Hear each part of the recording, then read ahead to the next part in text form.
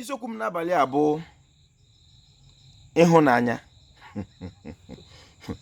N'okwu bekee love. Ị bụrụ onye Igbo, achọrọ m ime ka ị mara na ụdị ịhụnanya ndị Igbo kụziri ndị Igbo. Ndị nna nna anyị ji ụdị ịhụnanya na-anọlile ezinụlọ nwaanyị atọ anọtala ka nwunye dị n'otu nwoke ruo na nka. Anyị na nwa bekee ya mata ha benye anyị lọvụ nke na-ezuru otu nwoke na otu nwaanyị. Ihe nkwenachiri ụtụ ya ka ọ bụ na ile anya n'ala Igbo, ọ dịkwa ka lọvụ nke enyere otu nwoke na otu nwaanyị omewele spai. Were ntị onye Igbo n'obi onye Igbo, ịhụnanya. Aha mụ bụ Mkpachukwu Ojabọ, a na-akpọ m Ojiọfọ. Abụ m onye olu okoro nke dị na Ọmahịa n'obodo nke Chineke. Igbo mmanụ ịhụnanya ịhụnanya ndị Igbo nyere ndị Igbo mgbe ndị nna anyị ya gwara anyị na agbata obi nwanne ya, agbata obi onye na nwanne ya, na agbata obi gị na ọka nwanne gị bile agụ mma.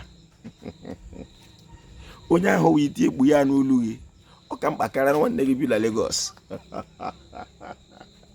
O nwere ụdị ịhụnanya ndị Igbo nyere ndị Igbo mgbe ọ na-emechi ịbọ n'ụbọchị Eke. Ụmụ nwaanyị alụtara alụta ezukọta zaa ma njakịrị. Ana m ekwu mgbe ezumezu gara alọtala abalị, ihe ọ ga-eri adịghị n'ụlọ, ọ pụta ahụ ga-ala eme ife ndị kom ya pụta guru ji rie welitekwa aka. Ndị be m nwere otu mmanwụ anyị na-agba na-akpọ ije love, maka ya bịa wụọ ịhụnanya ya. Ndị Igbo, ịchịkọta ihe m na-ekwu kwa ụbọchị, matagodị na Igbo wọpara.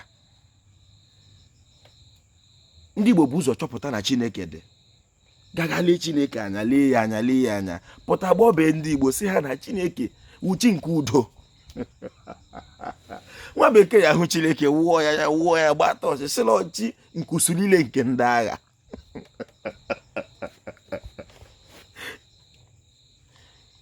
Onweghị otu Igbo ga-esi hụ onwe ha n'anya ma Igbo ahụghị ala ha n'anya.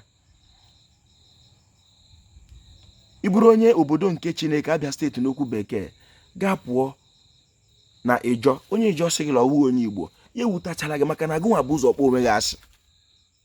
Kedu otu ị ga-esi kpọọ nna mụtara gị asị? Ị makwa na onye hụrụ nna ya hụ na ndị ichie. Ojiọfọ kelere Igbo, biko okwu bụ nka. Eziokwu bụ ilu, ọ ga-adịrị Igbo la mma. Igbo mmanụ